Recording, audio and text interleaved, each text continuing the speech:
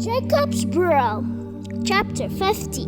When Jacob died, Joseph hugged his father and cried over him and kissed him. He commanded the doctors who served him to prepare his father's body.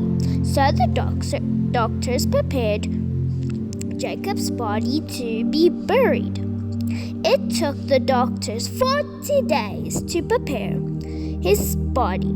This was the unusual time it took, and the Egyptians had a time of sorrow for Jacob. It lasted 70 days. When this time of sorrow had ended, Joseph spoke to the king's officers. He said, "If you think well of me, please tell me to the king when my father was near death. I made a promise to him. I promised to bury him in a cave in the land of Canaan. This is a burial place that he cut out for himself. So please, let's go and bury my father." "Then I return, the king answered. "Keep your promise. Go and bury your father." So Joseph went to bury his father. All the king's officers and the elders of the court and all the elders of Egypt went with Joseph. Everyone who lived with Joseph and his brothers went with him, and everyone who lived with his father also went. They left only their children and their flocks and their herds and in the land of Goshen. The men in chariots and on horses also went with Joseph. It was a very large group. They went to the threshing floor of Atad, east of Jordan River. There they cried loudly and bitterly for Jacob, also called Israel. Joseph's time of sorrow continued for 7 days. The people that lived in Canaan saw the sadness at the threshing floor of Atad. They said, "Those Egyptians are showing great sorrow." So now that place is named Sorrow of the Egyptians. So Jacob's sons did what their father commanded.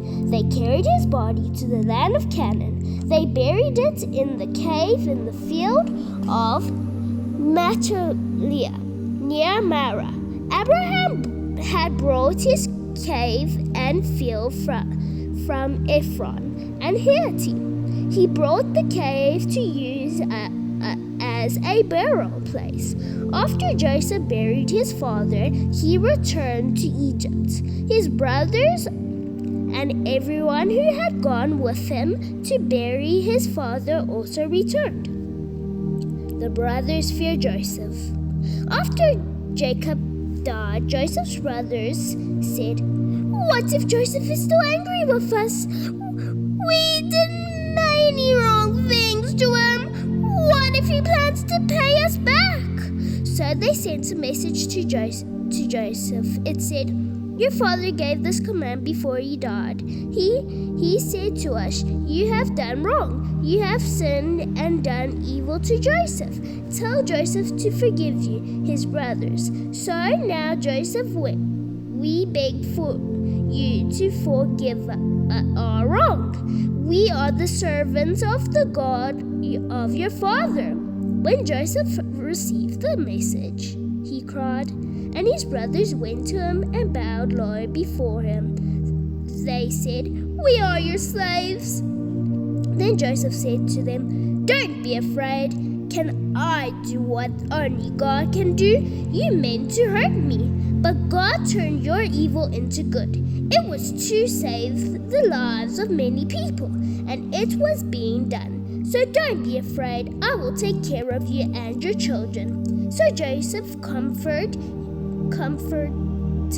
his brothers and spoke kind words to them. Joseph continued to live in Egypt,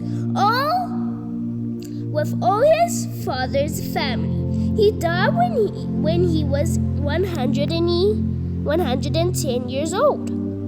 During Joseph's life, Ephraim had children and grandchildren. The Joseph's son Mashanath had a son named Machir. Joseph accepted Machir's children as his own. The death of Joseph. Joseph said to his brothers, "I'm about to die, but God will take care of you. He will lead you out of this land. He will lead you to the land he promised to Abraham, Isaac, and Jacob." Then Joseph had the sons of Israel. "Make a promise," he said. "Promise me that you will carry my bones with you out of Egypt."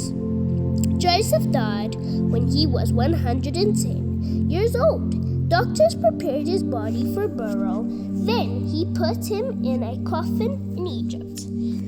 So this chapter is about how when Jacob died, Joseph hugged his father and cried over him and kissed him. And then he made a promise to the king that he will bury his father in the land of Canaan, and he did that. And then after Jacob died, Joseph's brother said, "What if Joseph is still angry with us? We did many wrong things to him."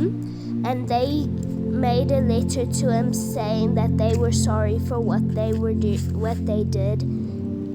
And they bowed down to him, and they said, "We will be your slaves." Then Joseph said, "No, you don't need to be our slaves. I will take care of your children, all your children." And that is the end of the chapter of the death of Joseph. Joseph said to his brothers, "I'm about to die, but God will take care of you. He will lead you out of this land. He will lead you to the land he promised to Abraham, Isaac, Jacob." Then Joseph had his sons Israel made a promise. He said, "Promise me that you will carry my bones with you out of Egypt." And Joseph died when he was 110, and the doctors prepared his body, and then they put him in the coffin of Egypt. Thank you guys for watching the whole chapter of Genesis. Bye!